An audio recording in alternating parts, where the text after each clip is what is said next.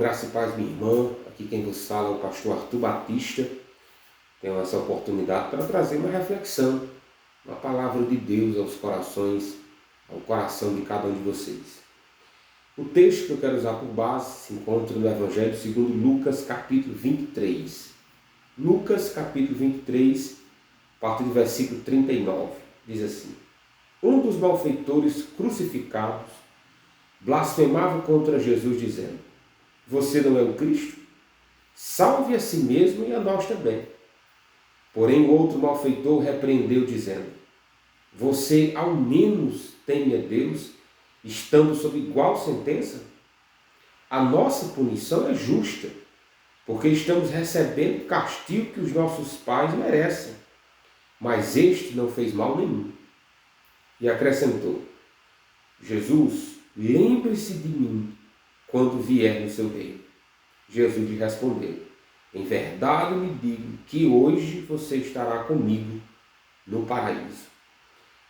O tema que eu quero conversar com vocês nessa oportunidade é a última oportunidade. A última oportunidade. E literalmente, nessa passagem que lemos, nós vemos aqui a última oportunidade de um homem. Quantos de nós já percebemos a nossa insistência na evangelização para com os nossos pais, para com os nossos amigos, querendo que eles se convertam, pedindo para que o Senhor quebrante os corações. E às vezes a gente acha que o tempo, o sofrimento faça com que essa pessoa se quebrante. Muitas das vezes, bem na verdade, que algumas pessoas, quando estão doentes, elas aparecem na igreja, elas pedem visita pastoral. Muitos, quando estão no leito de morte, tendem a ter um quebrantamento, uma reflexão em relação à vida. Mas isso, irmãos, não é geral. Isso são algumas pessoas. Há pessoas que no sofrimento se quebrantam e pedem ajuda, vão em busca de socorro espiritual, os mais diversos tipos de socorro essas pessoas procuram, inclusive Deus. Mas há alguns que ficam mais endurecidos. Alguns estão em busca até do alívio do sofrimento, não do Salvador. Muitos estão em busca da cura, mas não de salvação. Da cura física, mas não da cura da alma. Eu acredito que essa passagem ilustra muito bem esses dois tipos de pessoas, esses dois tipos. A primeira pessoa na história, o primeiro malfeitor, é aquele que desperdiçou a sua oportunidade, desperdiçou a última oportunidade da sua vida. O texto de Lucas, capítulo 23, vai dar alguns motivos claros como foi que esse homem desperdiçou essa oportunidade. No versículo 39 diz que ele não olhou para a sua condição.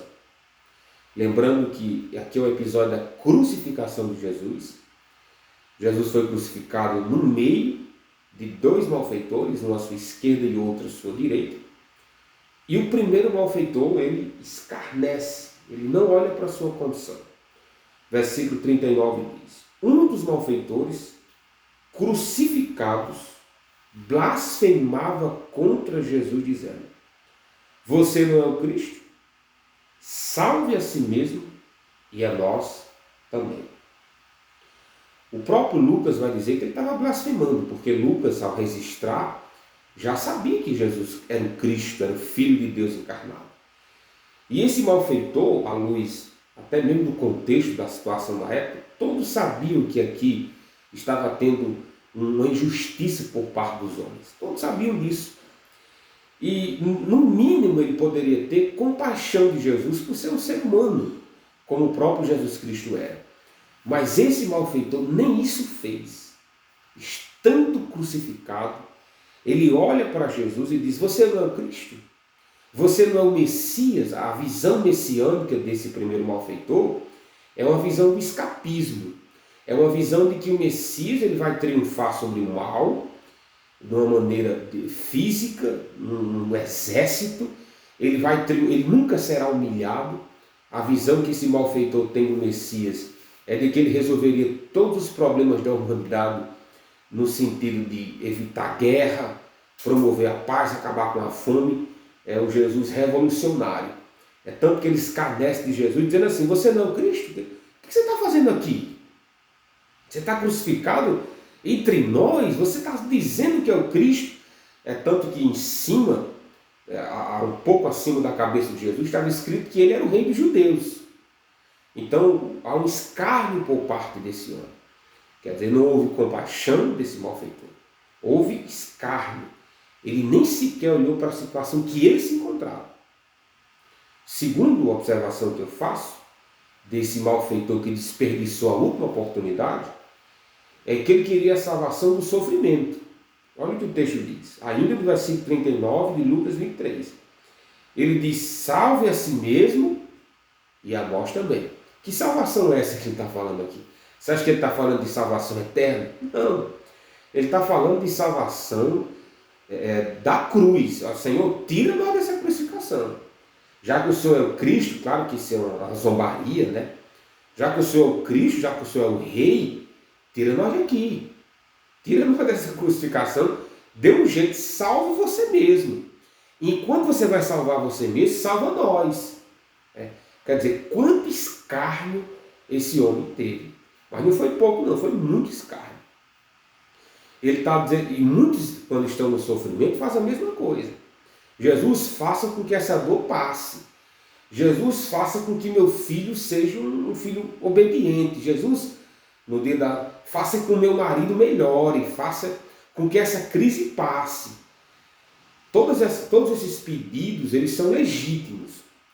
O alívio do sofrimento, salvação do filho, salvação do esposo. Todos esses pedidos, eles são legítimos. Mas nenhum deles se compara à salvação.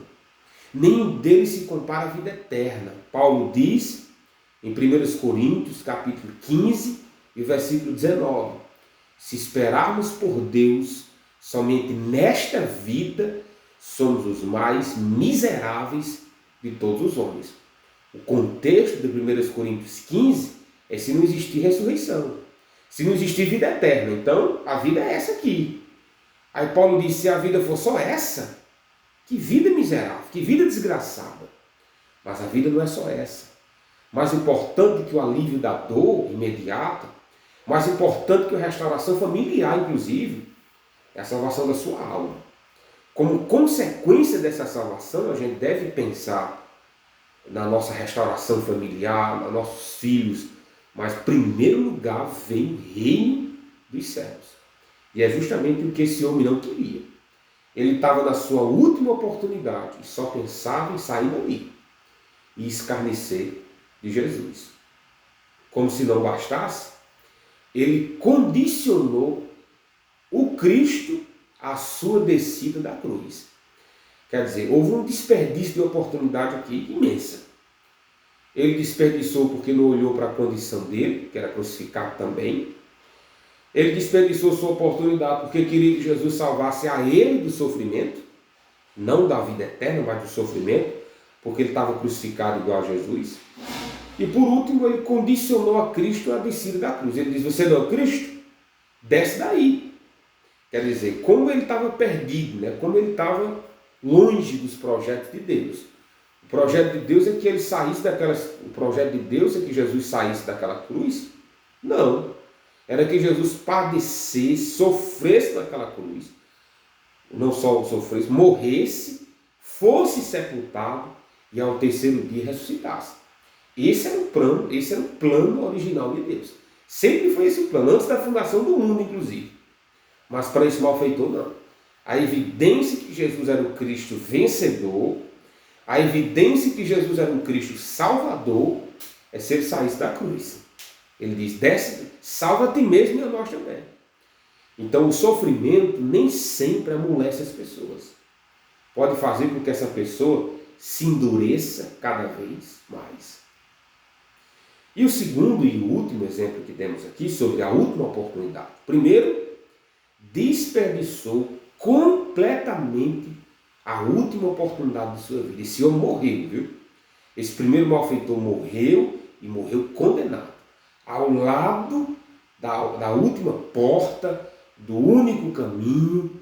Ele morreu ao lado de Jesus.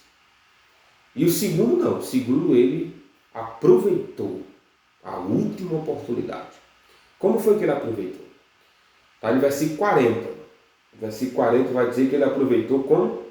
A palavra-chave desse segundo malfeitor é reconhecimento. Reconhecimento estava na boca desse segundo malfeitor constantemente.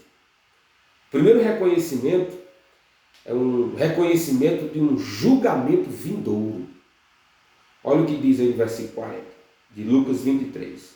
Porém, em contrapartida, diferente do primeiro, porém, o outro malfeitor repreendeu dizendo: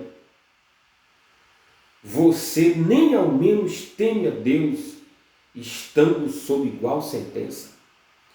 Ele está dizendo assim, duas observações eu faço aqui no versículo 4. A primeira observação é dizer assim, rapaz, você está crucificado igual aquele homem. Você está na mesma miséria, na mesma humilhação física de condenação de cruz. Você não tem compaixão por esse homem que está na mesma situação que a sua. Estando crucificado do mesmo jeito. Tipo assim, você sofreu um acidente de carro, quebra um braço, ao seu amigo também quebra um braço, e você vai mangar do seu amigo porque ele quebrou um braço, sendo que você também quebrou.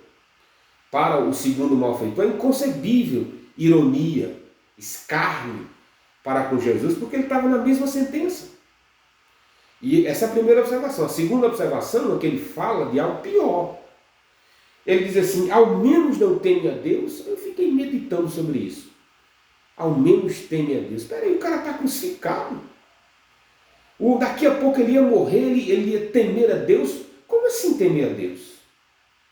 O que poderia acontecer de pior para quem está sofrendo, para quem está sentado em uma cadeira elétrica, onde o botão já foi apertado? Ele está dizendo, você não teme a Deus? O que Deus poderia fazer com esse homem, para quem já está no pior tipo de sofrimento que havia na época, que era a morte por crucificação, pena capital? Esse segundo malfeitor está falando de algo pior, chamado juízo final. Por mais que um homem sofra nessa terra, ou não, em relação a grau, a níveis, há pessoas que sofrem mais, há pessoas que sofrem menos, mas o segundo malfeitor diz, você não está temendo a Deus. Porque ainda tem um juízo pior por vir do que esses que a gente passa aqui. Esse segundo malfeitor pede respeito, porque Deus julga, ou julgará, os mortos e também os vivos. Isso mostra, irmãos, que esse segundo malfeitor, ele reconhecia um julgamento vindouro. Ele diz, você não teme a Deus? Daqui a pouco a situação vai ficar pior. Pior do que a crucificação, sim. Chama-se inferno. É a condenação do homem estar afastado de Deus para sempre. Porque o salário do pecado é a morte. Segundo reconhecimento desse malfeitor, desse segundo malfeitor, que aproveitou sua oportunidade, primeiro foi reconhecer um julgamento vindouro. Segundo reconhecimento é que ele era um malfeitor. Ele diz assim, você não teme a Deus, estamos sob igual sentença. Versículo 41. A nossa punição é justa, porque estamos recebendo o castigo que os nossos atos merecem. Ele está dizendo assim, olha, nós estamos aqui porque merecemos. Nós roubamos, nós matamos. Lucas vai dizer que esses homens aqui eram homicidas. Eles não só faziam motins e revolução, não, eles também matavam. Esse é o histórico dos malfeitores. Essa era a pena para quem recebia como sentença a crucificação. Quem realmente fosse um malfeitor, roubo, latrocínio, roubo seguido de morte e também rebeliões, né? Aí ele está dizendo assim, rapaz, nós somos pecadores, nós somos revolucionários, nós estamos aqui porque nós merecemos, nós tiramos a vida de inocente, nós estamos aqui porque merecemos. Ou seja, ele está dizendo assim, eu estou nessa situação porque eu fui atrás dela. Eu fui atrás dela. Quer dizer, o segundo malfeitor, reconhecia um juízo vindouro. 2, reconhecia que era um malfeitor. 3, ele reconhecia que Jesus era inocente. No finalzinho do 41 diz: mas este não fez mal nenhum. Como assim? Como é que esse homem olha? Como é que ele sabe disso? Ele sabe disso pelo histórico de Jesus. Esse segundo malfeitor ouviu falar algo acerca de Jesus e ele acreditou. Ele ouviu falar na inocência de Jesus. Ele soube o que aconteceu com Cristo. Ele soube. E ele diz assim: olha, nós estamos aqui porque nós merecemos. Mas esse homem aqui não. Ele não fez mal nenhum. Mal nenhum. Quer dizer, o segundo malfeitor, na mesma situação que Jesus, reconhecia o juiz final. Reconhecia que estava naquela situação de punição, porque merecia. Reconhecia a inocência de Jesus. Ele está no sofrimento, mas aproveitando a oportunidade. Não apenas isso. Ele também, está no versículo 42, ele reconheceu a divindade de Jesus. A divindade. Quer dizer que ele olhou para aquela cruz e viu algo além do que nós. Além do que um mero homem. Como assim o malfeitor fez isso? É só ler o texto. Ele diz aí: esse homem não fez mal nenhum, versículo 42. E acrescentou: Jesus, lembre-se de mim quando você vier no seu reino. Como é? Ele viu um rei crucificado ao seu lado. Esse malfeitor viu um rei exatamente. Ele faz uma oração aqui. Ele está dizendo: Senhor, tem compaixão de mim. Lembra de nós. Agora lembrar quando? Porque o Senhor é rei. O Senhor está nessa situação porque o Senhor quer estar. O Senhor está nessa situação injustamente. Mas eu sei que o Senhor virá no seu reino. E o pedido que eu faço é que o Senhor se lembre de mim. Tenha misericórdia de mim que estou nessa situação. Eu sei, Jesus, que essa cruz não é o fim da sua história. Eu sei, Jesus, que o Senhor é rei e que o Senhor vai voltar para o seu reino. Irmãos, que fé, hein? O homem com os últimos minutos de vida com uma conversa dessa. Então nós vemos aqui que ele está aproveitando, reconhecendo a sua miserabilidade, a sua miséria e a divindade de Jesus. Ele reconheceu a divindade de Jesus, ele orou e reconhece também a sua majestade. Ele diz: você é rei. Você é rei. Por último, então nós vemos aqui o primeiro malfeitor que escarneceu, desperdiçando a sua outra oportunidade. Esse é o primeiro. E o segundo nós vemos aqui que fez o quê? Aproveitou e reconheceu que era pecador, que Jesus era inocente, de que Jesus Cristo era o rei. Ainda orou, né? Jesus, lembre de mim. Reconheceu que Jesus era o rei que viria com o seu reino. Isso, irmãos, crucificado. Isso na pior situação física que um homem podia passar, que era a crucificação. Semelhante à nossa cadeira elétrica hoje. Mas temos três personagens aqui. O primeiro é o primeiro malfeitor que zomba. O segundo é o segundo malfeitor que reconhece, que pede misericórdia e clemência. Mas qual o terceiro personagem dessa história? É Jesus. E Jesus entra nessa história como? Está aí no versículo 43. Ele diz assim: Jesus respondeu: em verdade lhe digo que você hoje estará comigo no paraíso.